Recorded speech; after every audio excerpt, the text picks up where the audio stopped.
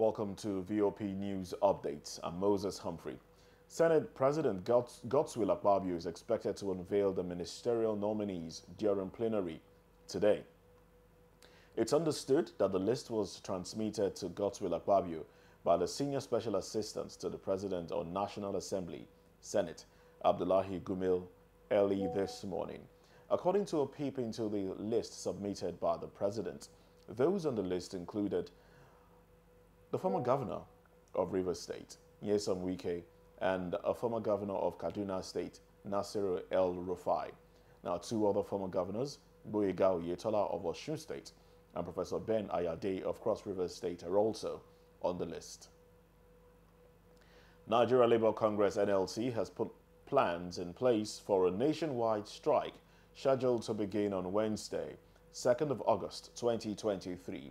However, the federal government has told the Nigeria Labour Congress that it is legally restrained from embarking on a planned nationwide strike against the hike in the price of petrol and the high cost of living in the country. Reacting to the ultimatum, the Permanent Secretary at the Ministry of Justice, B.E. Jedi Agba, in a statement yesterday said the union was restrained by the order of the National Industrial Court from embarking on any strike regarding the removal of petrol subsidy. She said the court had on June 5 granted an injunction order restraining the NLC and Trade Union Congress from embarking on the planned industrial action or strike of any nature pending the hearing and determination of the pending motion on notice. Jedi Agba advised the union to explore other means of negotiations with the federal government rather than resorting to self-help and undermining the orders of the court. Tajuddin Abbas, Speaker of the House of Representatives, says President Bola Tinubu is ready to resolve issues raised by the Nigerian Association of Resident Doctors, NAD. Abbas spoke yesterday after a meeting with Tinubu at the State House in Abuja. The NAD on Wednesday declared an indefinite strike. The association is demanding the immediate payment of the 2023 Medical Residency Training Fund, MRTF, release of the circular on one-for-one replacement, payment of skipping arrears, and upward review of the Consolidated Medical Salary Structure, CONMES, amongst others. The Speaker said the engagement with Tinubu on the strike by the resident doctors was enlightening, noting that the President showed great concern about their plight. The House of Representatives has asked the federal government of Nigeria, through the National Directorate of Employment, NDE, to develop a database to track the employment status of graduates and core members in the country. The legislator said such a database is essential for evidence-based decision-making in tackling unemployment. The lawmakers specifically asked the ministries for Youth and Sports Development, Labor and Employment, Education, Humanitarian Affairs, Disaster Management and Social Development to develop a workable plan that would ensure core members are retained in their primary places of assignment for 1 year after their mandatory service to allow graduates to find employment opportunities. Following the adoption of a motion sponsored by Mohammed Mukhtar, the lower legislative chamber passed the resolution during plenary session on Tuesday. Mukhtar, while moving the motion, said, after serving in the Mandatory National Youth Service Corps NYSC scheme, most graduates find it difficult to face the reality of not receiving monthly allowances or other privileges. The lawmaker said the transition of core members from the program to the labor market without any allowances to support them is fraught with challenges. Mukhtar said helping graduates to enter and remain in the labor market should be an important part of government policies. He said the rate of unemployment will continue to rise due to slow economic growth and the inability of the economy to absorb the 4 to 5 million new entrants into the Nigerian market annually. The motion was voted for when it was put to a voice vote by Tajuddin Abbas, Speaker of the House and presiding officer.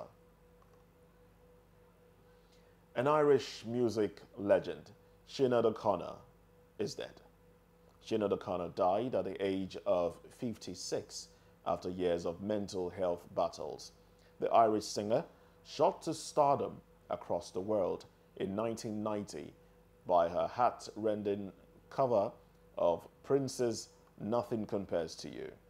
Now, one of her sons, Shane, a 17-year-old, took his own life in January 2022 after escaping hospital while on suicide watch. In 2018, the musician changed her name to Shuhada Sadakat when she converted to Islam.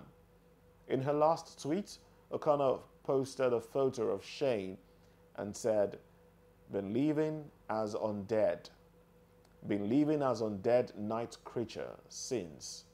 He was the love of my life, the lamp of my soul.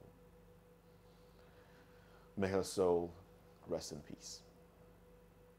Well, the National Vice Chairman of the All Progressives Congress for Northwest, Malam Salihu Lukman, has officially resigned from his position in the APC National Working Committee. Lukman submitted his resignation letter on Wednesday to the acting national chairman of the party, Senator Abubakar Kyari.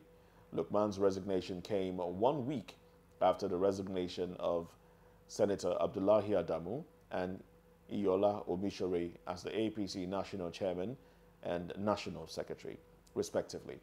He promised to continue to support the party in every way that he could. In business, the Nigeria Employers Consultative Association, NECA, has warned that the continuous rising of inflation, if not controlled, can hit 25% before the end of the year's 2023.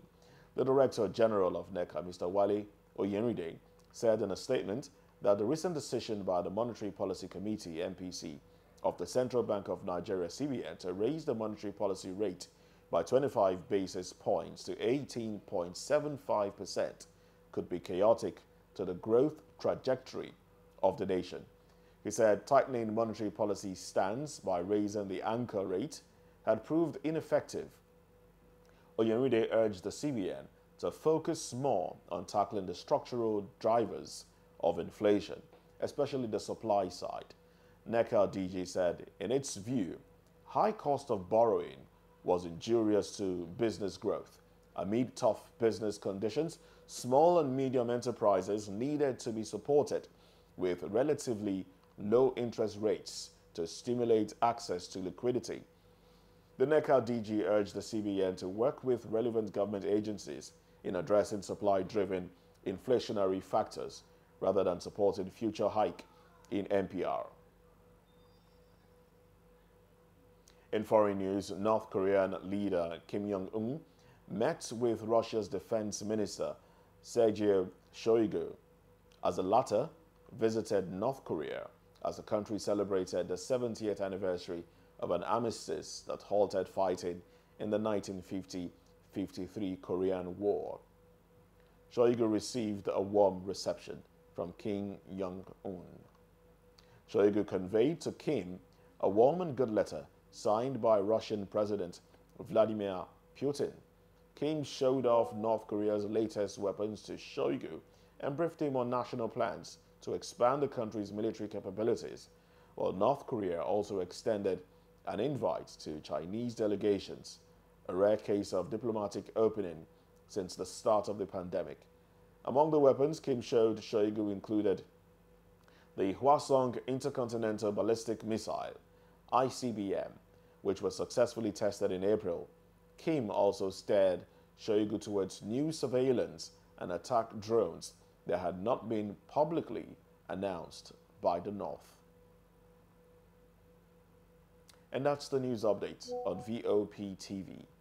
We'd like you to subscribe and engage with us on YouTube. It is Voice of the People TV, and on other social media platforms, we are at VOP TV Live. I'm Moses Humphrey.